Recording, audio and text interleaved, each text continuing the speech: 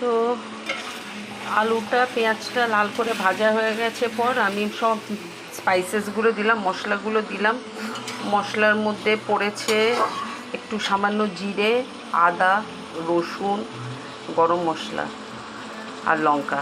আমি কাঁচা লঙ্কা দিয়ে করেছি, কিন্তু তাও একটু লাল গুঁড়ো লঙ্কা দিয়ে দিয়েছি। একটু লাল গুঁড়ো লঙ্কা দিয়ে দিলে একটু কালারটা ভালো হয়। তো একটু গুঁড়ো লঙ্কা দিয়েছি, হলুদ দিয়েছি।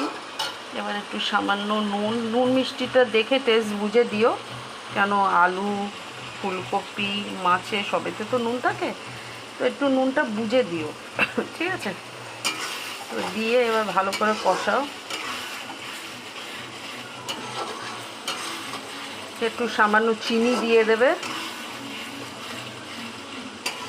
দিয়ে ভালো করে কষাবে যতক্ষণ না কাঁচা মশলার গন্ধটা চলে যায়।